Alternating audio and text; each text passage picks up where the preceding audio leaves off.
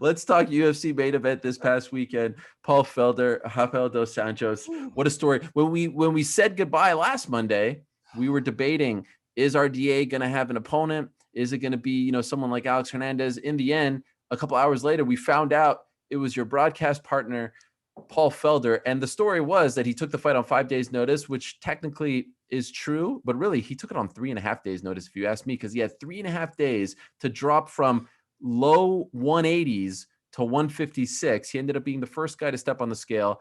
In the end, they fight. It doesn't go his way. One crazy judge named Chris Lee scored it 48-47 for Paul Felder. But I mean, I think most sane people had it 50-45 for RDA. But you know what, DC? One of those fights, if you ask me, no one lost, right? No one lost.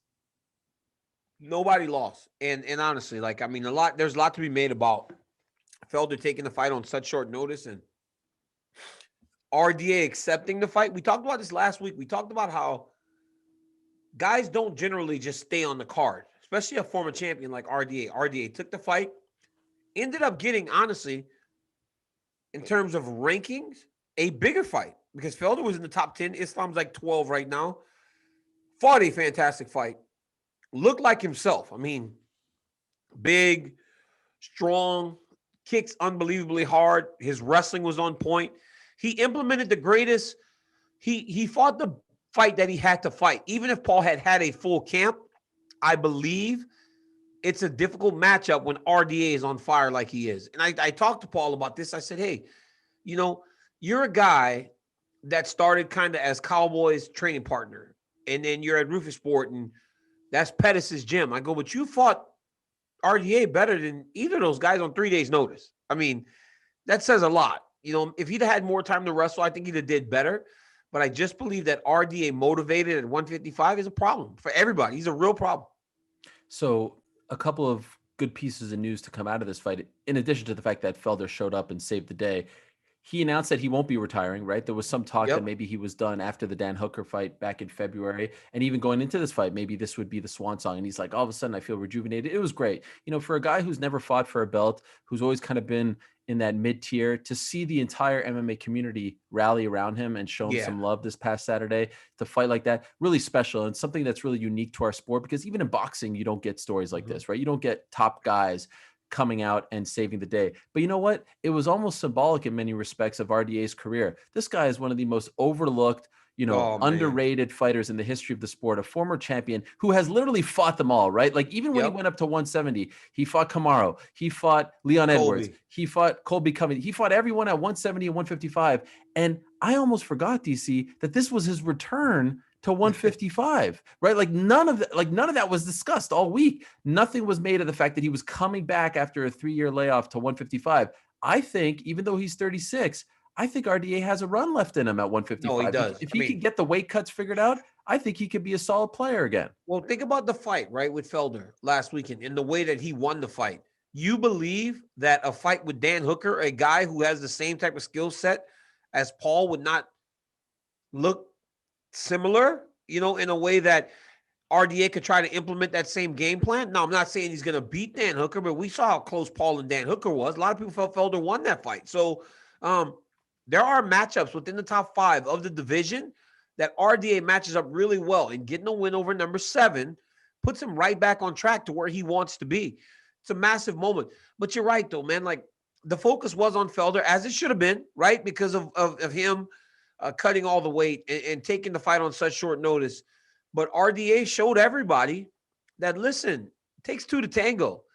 And I'm the man in this fight that's the better fighter, especially tonight.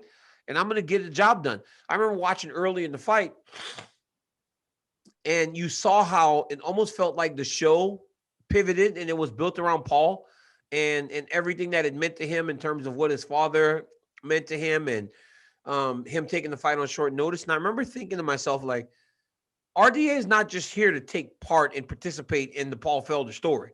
This dude's is going to be here to win this fight. And it was very clear very early that RDA was in there to get the job done. And he fought a beautiful fight, man. It just makes me close my eyes and I think back to the performance against Pettis when he won the title, and so in some of the fights that he had on his way to the title, where I was like, wow, this guy's an absolute killer. And he looked like that on Saturday night.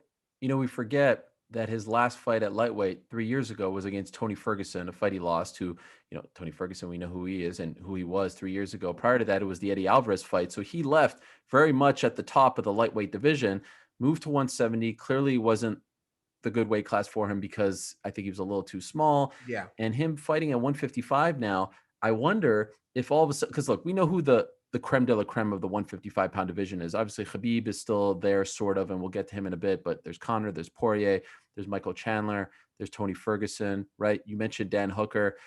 I wonder if he's like that next guy in the mix, or because I think that they were trying to build Islam off his name. Yeah. Do you try to run it back with Islam now, or has he moved on past Islam and should Islam fight someone else? I think I would like it to be him and Islam still because I believe it's a big fight for Islam. But I think by beating, he'll hop right into the top 10, top 7, 8 area. He'll be right up there now.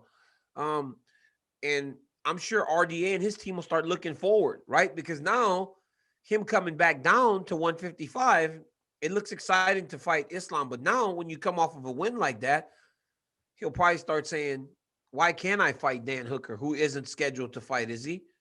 No, not now. Like guys like that aren't scheduled. Connor's fighting Dustin, poor Chandler, maybe Michael Chandler. I think that he'll start looking at one of those big time fights now as he gets back into the UFC lightweight division. I hope it's Islam. I really do hope it's still Islam. I think it's a good fight. But I just worry that RDA is now going to start looking forward opposed to a guy that's going to be behind him in the rankings now. Here's the thing, though. After the fight, he said he wanted Conor. And I saw some people sort of laugh at that, scoff at that. Lest we forget, UFC 196.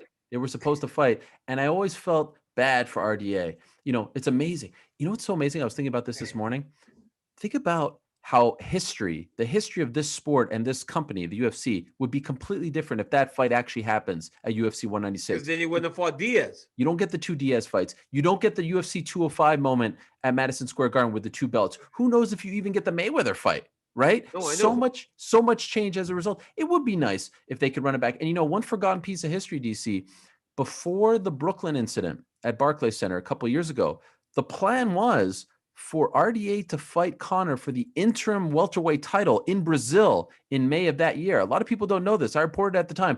Conor did the thing at Barclays. They pulled the plug on it. But that was actually a real thing. So actually, he's missed out on 2 Conor fights throughout his career. So I would like for it to happen at some point. Yeah. But that's why Conor seems so open to it, right? Conor said, let me deal with Dustin, and then you and I can do our thing, So, like, he's open to it because he views RDA on that level, right? Because like you said, on multiple occasions, they were supposed to fight. Not only were they supposed to fight, they were supposed to fight for titles. They were supposed to fight for titles at welterweight and lightweight. So obviously that's a fight that's going to interest McGregor.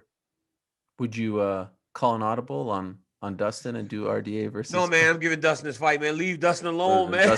Dustin mad at both of us right now. Dustin's mad at you. Dustin's he's not mad at you. Me. He's mad at you more than me. Dustin and I are opening the gym together in Louisiana. Oh, well, I can't. We can't be.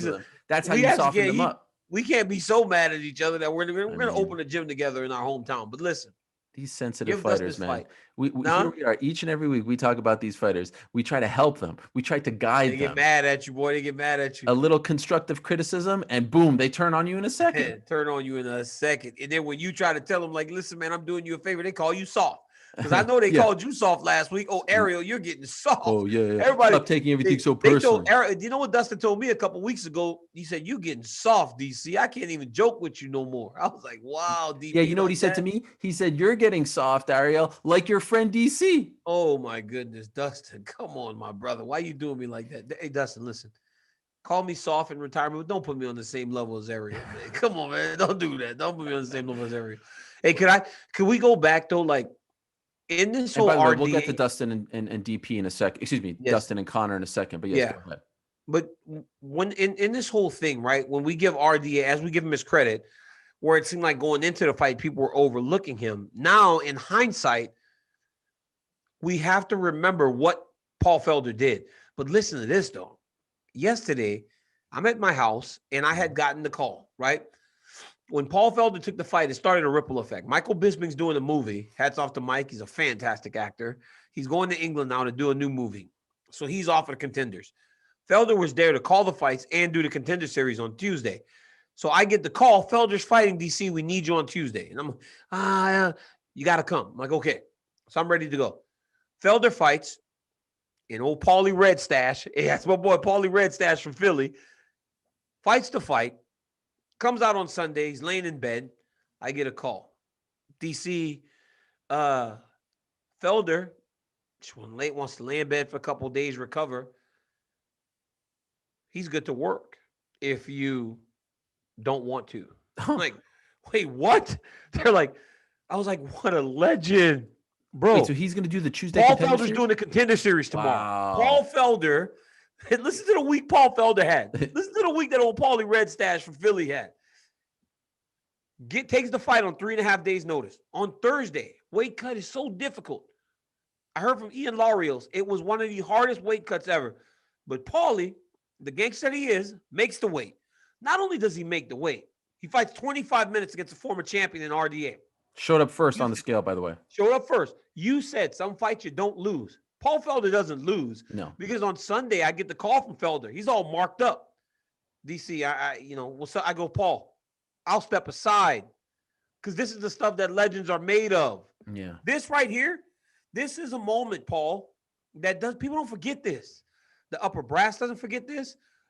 The fans won't forgive this. When they see you, when that visual, when the Contender Series starts and you're up there 3 days after a fight against RDA, calling the fights, I mean, you're a legend.